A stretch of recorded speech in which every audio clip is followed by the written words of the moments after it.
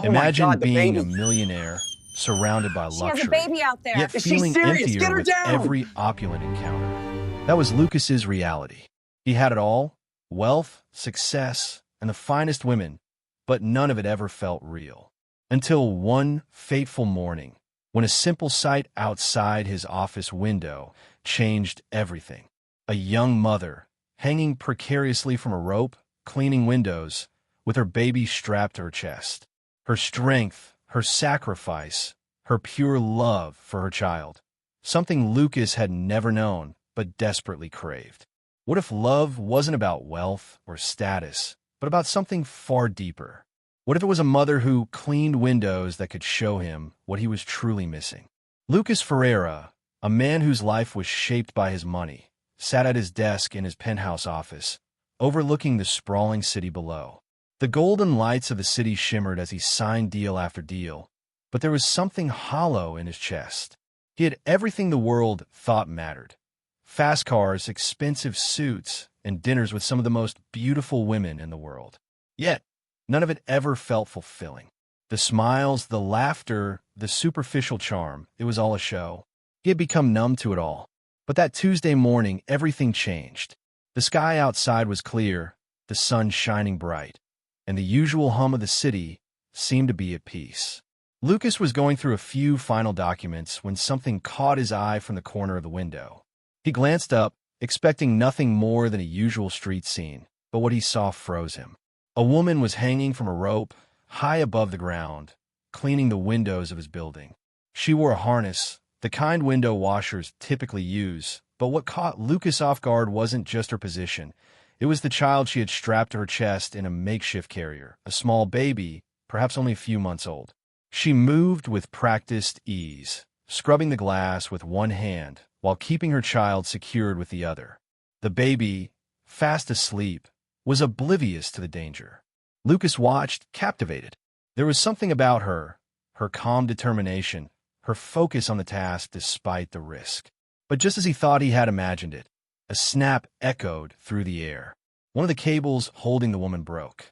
She swung violently, her body jerking downward for a brief, terrifying second before the second cable caught her fall. Lucas's heart raced. The baby's cries pierced through the sound of the wind. The woman's face was a mask of panic as she clung to the ropes, trying to regain her balance, her body swaying dangerously in midair. Without thinking, Lucas rushed to the window, throwing it open. "Hold on. I'm coming," he shouted, his voice rough with fear. Her eyes met his, wide with terror, and in that brief moment, something passed between them, a silent plea for help. The wind whipped around her, and she gritted her teeth, struggling to keep herself from swinging farther out of reach. Lucas quickly scanned the room, his eyes landing on the safety cables coiled in the corner of his office. There was no time to think. He grabbed the spare cable, tied one end to a sturdy column in his office, and tossed it out toward her. "Take it. I'll pull you up," he yelled. With trembling hands, she reached for the rope. Her fingers brushed it, but missed. Desperation flashed across her face, but she tried again, finally grasping it. Lucas pulled with all his might, his muscles burning as the woman slowly ascended back to safety. When she was close enough, Lucas reached out and pulled her in, catching her just as she stumbled through the window. The two collapsed onto the floor, the baby still crying in her arms. Lucas, heart racing, helped her sit up. The woman's hands were shaking, her face pale from the shock. "Are you okay?" Lucas asked, his voice soft yet urgent. The woman nodded, but the tears that streamed down her face told another story.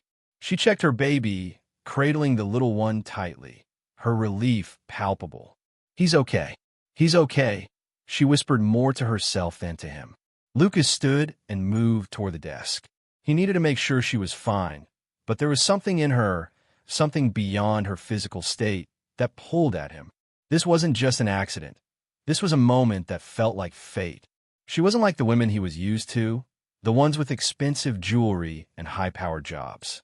No, this woman, her strength, her courage, was different. She wasn't here to be admired.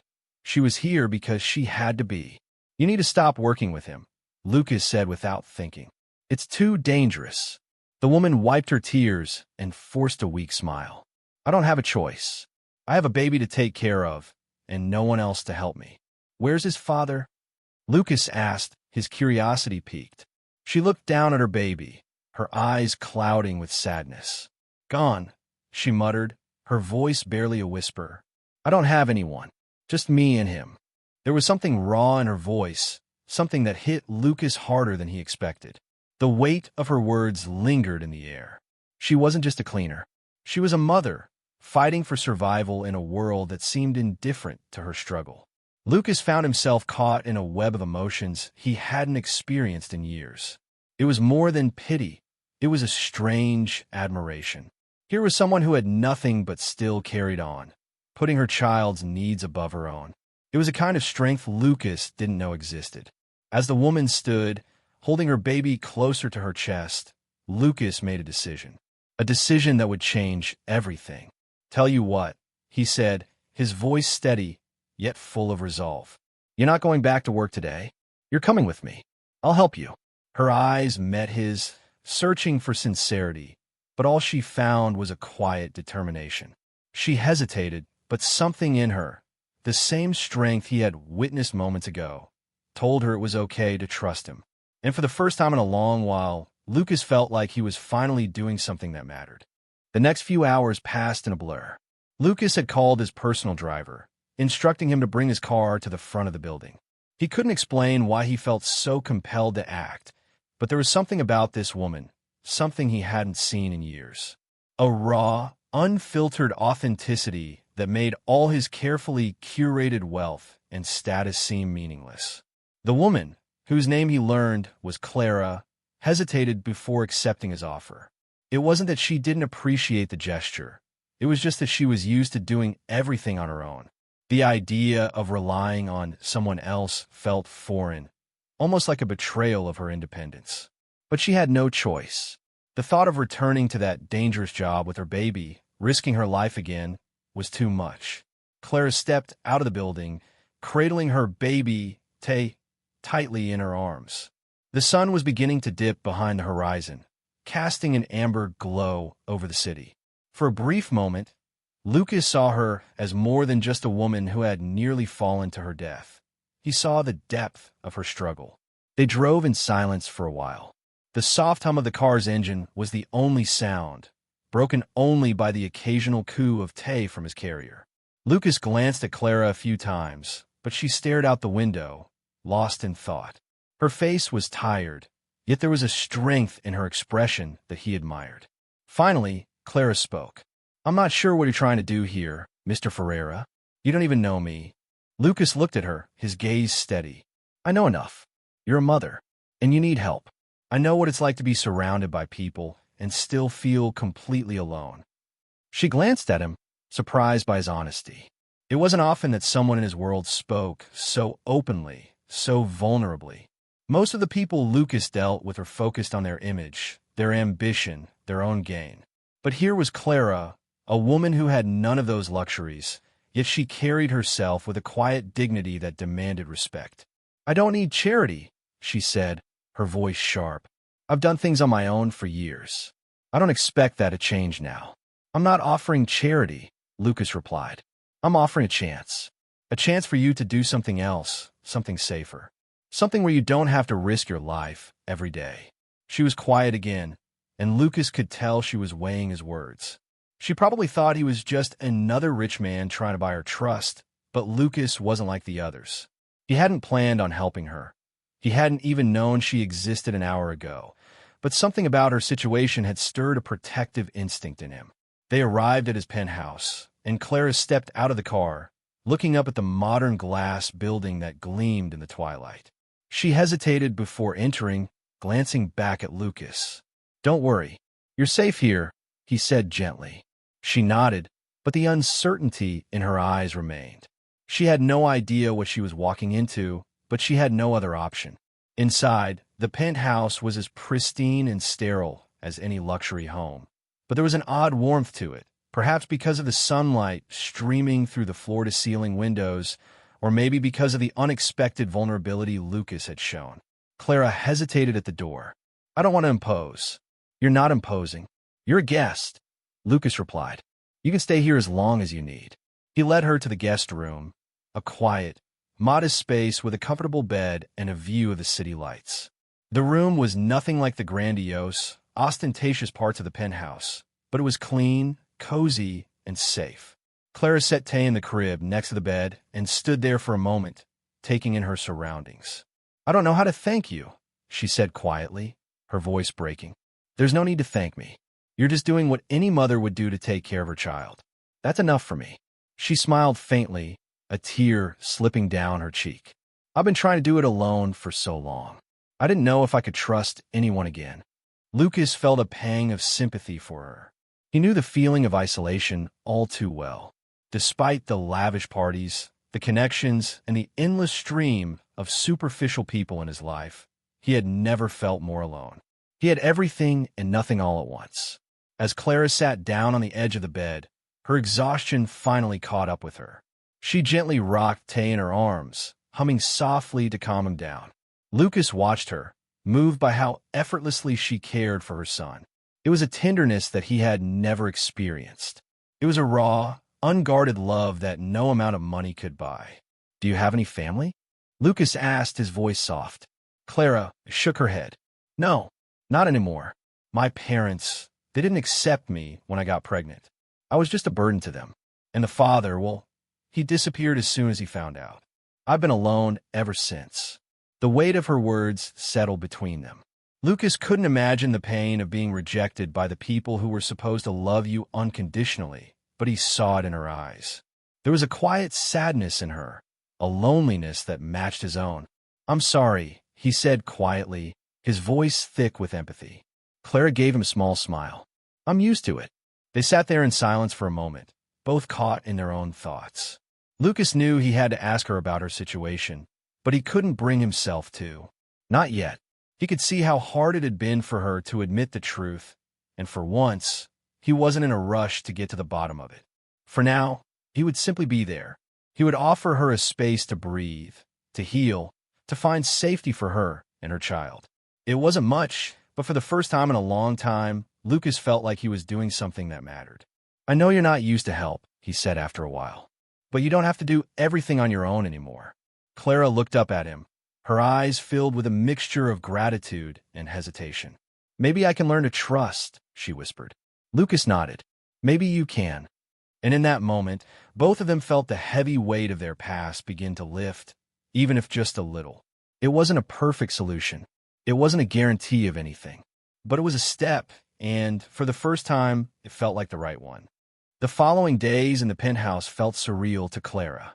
It was hard for her to reconcile the quiet, almost peaceful life she was leading now with the chaos she had come from. Every corner of the sleek, modern space felt so alien to her. This wasn't the life she knew. The life of cramped apartments, endless struggles, and the constant fear of not having enough. But here she was, in a luxury home with a millionaire offering her help, and the irony of it all wasn't lost on her. Clara had spent so much of her life convincing herself that she was enough, that she could do everything on her own. She didn't need anyone. She couldn't afford to. But now, in the midst of this generosity, she was left with an uncomfortable sense of vulnerability. It wasn't just the luxury that felt strange, it was the kindness. Lucas was no stranger to wealth, but there was a gentleness in him that she hadn't expected. Every morning, after his long hours at the office, he would come home and check in on her and Tay. He made sure they had everything they needed, even offering to take care of Tay for a while so Clara could rest. He didn't push her to talk about her past, nor did he ask for any explanation for why she was in his life now. He simply gave her space, and in return, Clara started to feel a strange kind of peace, one she hadn't felt in a long time. One evening, after a quiet dinner, Lucas invited her out to the balcony to get some fresh air. The city lights stretched out below them, and the cool breeze was a welcome contrast to the heat of the day. I used to come out here all the time, Lucas said, leaning against the railing. When I first bought this place, I thought the view would be enough to make me feel complete, you know? But it never did. Clara stood beside him, her arms wrapped around herself, as she gazed at the horizon. I understand. I've always felt like there was something missing, but I never really knew what it was. Lucas glanced at her. What do you think it is? What's missing for you? Clara hesitated, the wind tugging at her hair as she considered his question. She had never really allowed herself to think about it, at least not without the harshness of her circumstances creeping back in. The life she led had been defined by survival, by doing whatever it took to get by. But now, standing in front of a man who didn't demand anything from her, Clara realized that she had always been afraid to let herself hope. I think it's connection, she said finally. Real connection. Not the kind you get when you're just trying to survive, but the kind where someone actually sees you for who you are, not just for what you can do for them. Lucas was silent for a long moment, his gaze steady on her. He understood what she meant. He had spent so many years surrounded by people who only cared about his money, his success, and not the person he was underneath. His wealth had been a wall, a barrier between him and the world. He had always longed for someone to see past that, someone who could look at him and understand his loneliness, his desire to be seen for more than his riches. I don't think I've ever really had that, Lucas said quietly. Not in the way you mean. Clara glanced at him, surprised by his confession. But you have everything, she said softly, almost as if she was reminding herself of the obvious. Money, status, power. Lucas laughed bitterly. It's funny. People always think money gives you everything, but it doesn't. It makes things easier in some ways, but it isolates you. People are afraid of what you can do for them or what they can take from you. They don't see you. Not really. Clara nodded slowly, understanding all too well what he meant. She had spent years in survival mode, fighting just to get by. But even then, there was a part of her that had longed for someone to care about her as a person, not just as a mother struggling to make ends meet. I didn't expect you to understand, she admitted, her voice soft. But you do. Lucas met her eyes, and for a moment, the world seemed to slow down. There was no judgment in his gaze, only understanding, empathy. It was like he saw all the pieces of her life laid bare in front of him and didn't flinch away from them. It wasn't pity, it was respect. The silence between them stretched, but it was comfortable. A calm understanding had settled between them, one that neither had expected but both welcomed. Clara felt something shift inside her, a sense of relief, a lightness she hadn't felt in years. Maybe, just maybe, she could trust someone again. Maybe she didn't have to fight so hard all the time. I'm here for you, Lucas said quietly, breaking the silence. And I'm not going anywhere. Clara's breath hitched in her chest. She hadn't allowed herself to believe in something like this. But as she looked into his eyes, she could see the sincerity in his words. He wasn't offering her a quick fix or a temporary escape. He was offering something much more valuable, his presence, his support, his willingness to be there when she needed it most.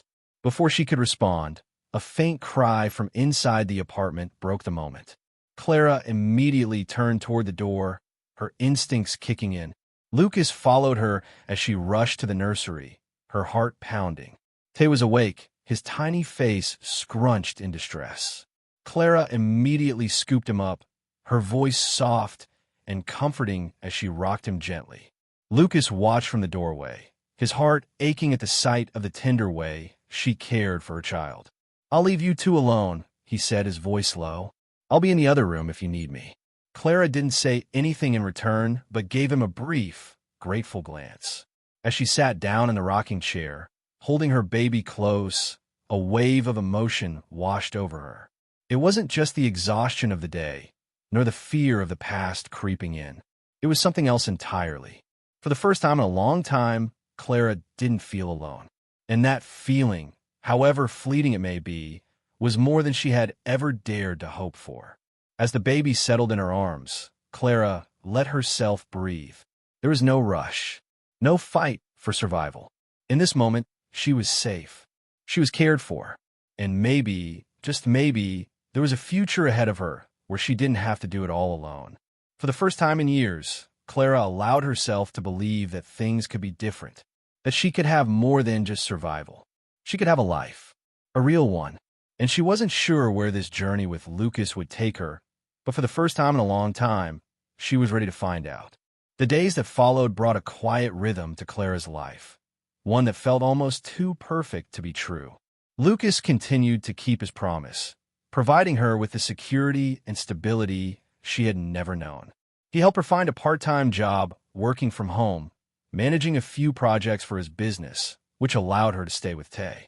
Though it wasn't a glamorous role, it was enough for Clara to breathe a little easier.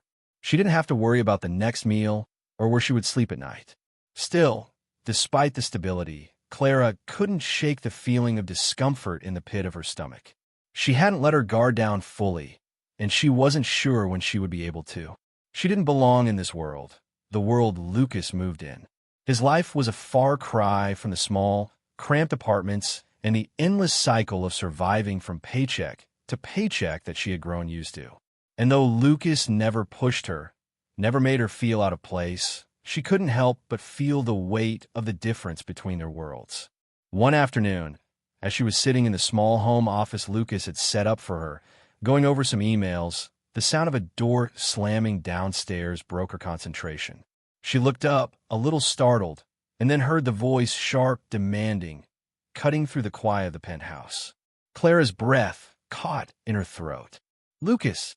It was a woman's voice, cold and condescending. "Where are you?" Clara immediately recognized the tone.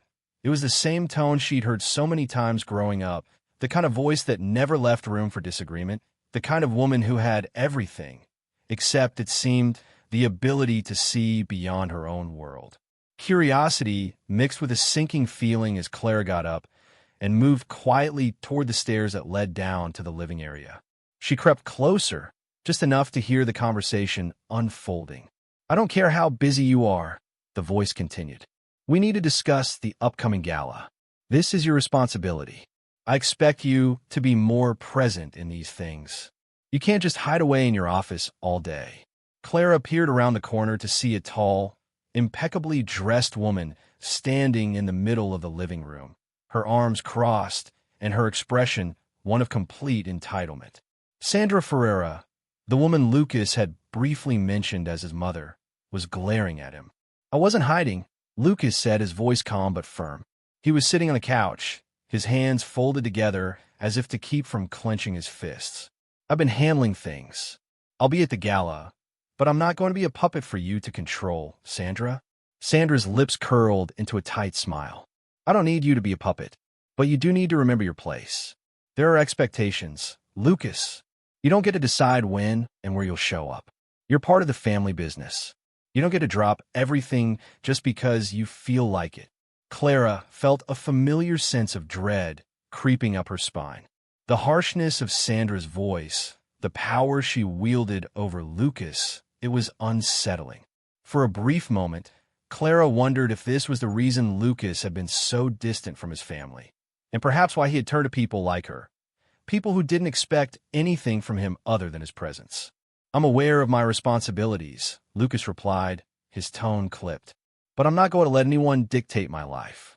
Not you, not anyone." Sandra's eyes narrowed. She moved closer to him, her heels clicking sharply on the polished floors. "You think you can just isolate yourself from everything, don't you? From the family, from the legacy. You've been acting like a child lately. You need to grow up, Lucas. And you certainly don't need to be spending your time on people like her." Clara froze at the mention of people like her. She couldn't make out the exact words from the tone in Sandra's voice, but she didn't need to. The judgment was clear. Clara was the outsider. She wasn't meant to belong in their world, in Lucas's life. And as much as she tried to push it away, she couldn't escape the reality that she was exactly what Sandra was talking about. A mother who cleaned windows for a living. Someone who had no place among the rich and powerful. But then, unexpectedly, Lucas stood up. His posture was tall, his face hardening as he faced his mother. "You don't get to tell me who I should be with, Sandra," he said firmly. "You're not going to control my life anymore. Not now, not ever. And you're certainly not going to use me to make yourself feel better." Sandra's face turned a shade of red that Clara had never seen before, but she quickly masked it with a thin, forced smile. "You're making a mistake, Lucas. You'll regret this." Without another word, she turned on her heel and left, slamming the door behind her. The air in the room seemed to settle, the tension dissipating as Lucas exhaled deeply. He walked to the window and stared out at the city below, lost in thought. Clara remained standing at the top of the stairs, her heart pounding in her chest. She hadn't meant to eavesdrop, but the words had struck her hard. She had known that Lucas had a strained relationship with his mother, but hearing it firsthand, seeing the way Sandra tried to manipulate him, made Clara realize just how much Lucas had been struggling in his own life. When he finally turned around, his face softened. "Sorry you had to hear that." Clara slowly descended the stairs, her eyes meeting his. "It's okay," she said quietly, though she felt a tight knot forming in her stomach. "I didn't know. It's just that." Lucas interrupted her, taking a step toward her. "You don't have to worry about her. She's always been like that. Controlling. She wants everything her way, but I'm not her puppet, and I'm not going to let her manipulate me anymore." Clara hesitated before speaking, the uncertainty still weighing on her heart. "But are you sure? I mean, you're her son. This is your family." "She's right. You have responsibilities. You can't just ignore them." Lucas shook his head, a slight smile on his lips. "The only responsibility I have right now is to be happy. To take care of you and Tay. You and your son are the only things that matter to me right now." Clara's breath caught in her throat. For a moment, she didn't know what to say. There was no grand gesture, no promises of forever. But in that quiet moment, with Lucas standing there, his words resonated deep within her. For the first time in years, Clara didn't feel like a burden. She didn't feel like she had to fight to be seen. Lucas had just shown her, in his own way, that she mattered, that they mattered. "I don't know how to thank you," she whispered, her voice barely audible. Lucas took a step closer, his eyes soft. "You don't have to thank me. You've already done enough. Just be here with me, with us." And in that moment, Clara knew that no matter what the future held, this was the beginning of something new, something real. And for the first time in her life, she didn't have to face it alone.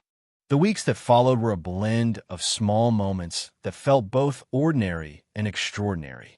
Clara had slowly adjusted to her new life with Lucas, finding comfort in the simple routines they began to build together. Tay, now a bit older, was beginning to smile more, his laughter filling the penthouse with a warmth that Clara had never imagined possible. Lucas, despite his earlier reservations, seemed to have found peace in their quiet little family, more than he ever had in the opulence and loneliness of his past.